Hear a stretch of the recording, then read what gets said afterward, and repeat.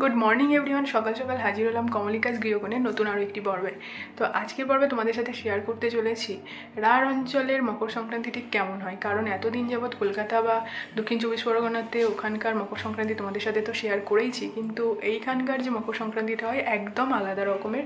কারণ মকর সংক্রান্তির আগের দিন থেকে এখানে হয় পিঠে পুলি, নানান ধরনের রীতি রিচুয়াল।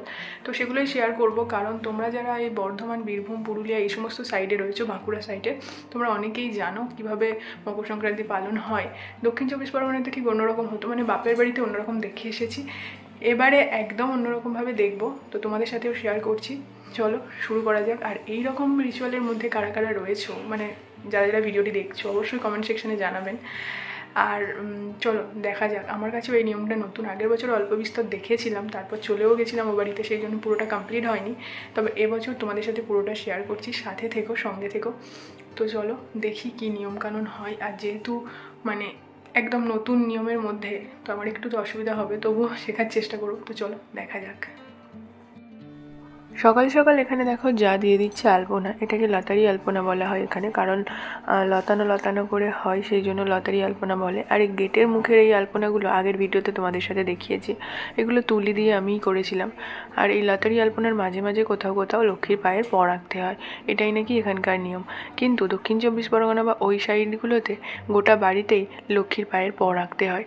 আর দেখো আলপনা পর্ব শেষ হতে এখানে শুরু হয়ে গেল এরকম তিল ছাই। তো তিল ছাই নামটা আমি এখানে এসে সত্যি কথা বলতে প্রথমেই শুনেছিলাম, কারণ সেভাবে তিল ছাই নামটা আমাদের ওদিকে কোথাও খ্যাত নয়, বা এই যে রেসিপিটা তোমরা দেখছো এটাও কখনো দেখিনি। তো এটা এখানকার খুব একটা শুভ জিনিস, কারণ বলা হয় কেউ মারা গেলে এই তিল ছাই খাওয়া যায় না 1 বছর।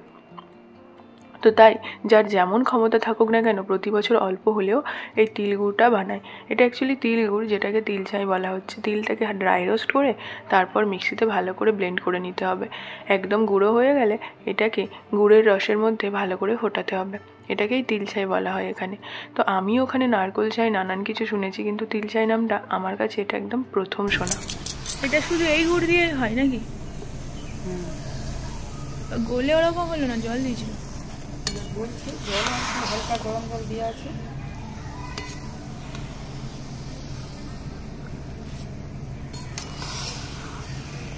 এগুলো টানার লাড়ু হবে। বসো।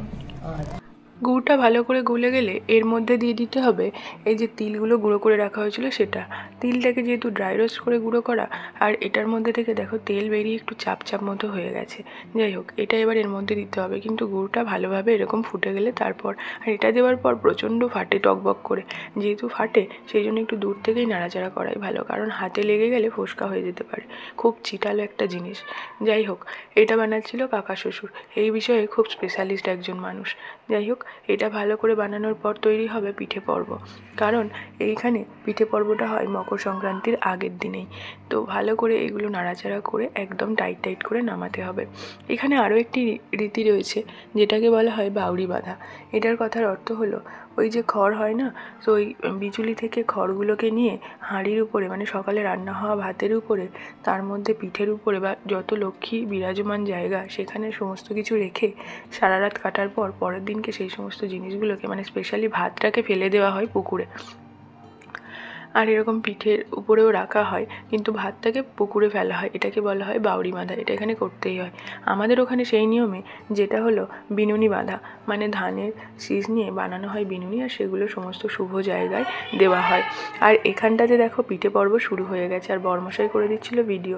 আর এখানে এই যে পিঠের ভাঁজগুলো তেমনভাবে কেউ মুড়তে পারে না, কারণ এখানে সেই চলটা তো নেই, এখানে শুধুই সরু চাকলি বা ওই তাওয়া পিঠে হয়, সেই জন্য ওরা বলে তাওয়া পিঠে। আর আমি এখানে সকলের জন্য বানিয়ে দিচ্ছিলাম দুধ পুলি, কারণ পিঠে পর্বটা আমার দায়িত্বে যেহেতু ছিল, নানান পিঠে করেছিলাম। পাটিসাপটা, দুধ পুলি, সরু চাকলি, তার সাথে ছিল তিল চায়ের একটা আলাদা ভাপা পিঠে, নানান কিছু ছিল। তো সেই রকমভাবে পিঠে পর্বটা শুরু করেছিলাম। আর তোমরা তো সকলেই জানো যে পাটিসাপটার চলটা ওদিকে ভালোই রয়েছে, আর আমরা যেহেতু সবসময় বানাই তাই অসুবিধাও হয় না। এই পিঠেটা খেতে আমার তো বেশ ভালো লাগে। যাই হোক, আজকের ভিডিও এখানেই শেষ করি, নতুন কোনো পর্বে আবারও দেখা হবে। আজকের মতো এখানেই বিদায়। সুস্থ থাকবেন, ভালো থাকবেন, আজকের মতো টাটা।